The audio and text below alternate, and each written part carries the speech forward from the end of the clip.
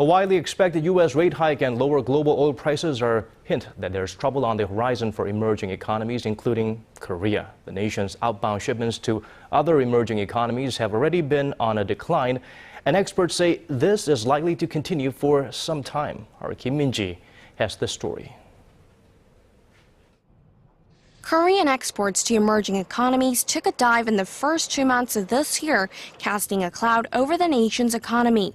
According to Statistics Korea on Monday, Korea's exports to 18 emerging economies came to nearly $37 billion in the January to February period, down 6.2% from the same period a year earlier.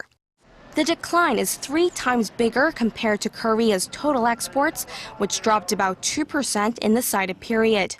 Emerging economies include China, Russia, and India. The decline is a concern for Korea as emerging markets make up about half of its exports, accounting for 45.1% in 2013.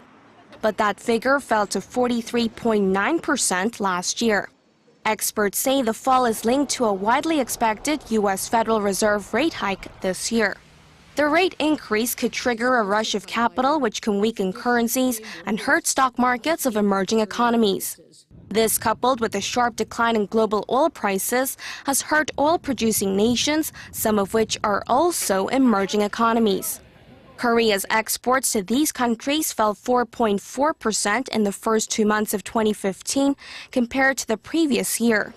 Given these global conditions, experts say Korea's export outlook remains unclear, and export growth will likely be in the 1% range, down from 2.3% last year. Kim Min-ji, Arirang News.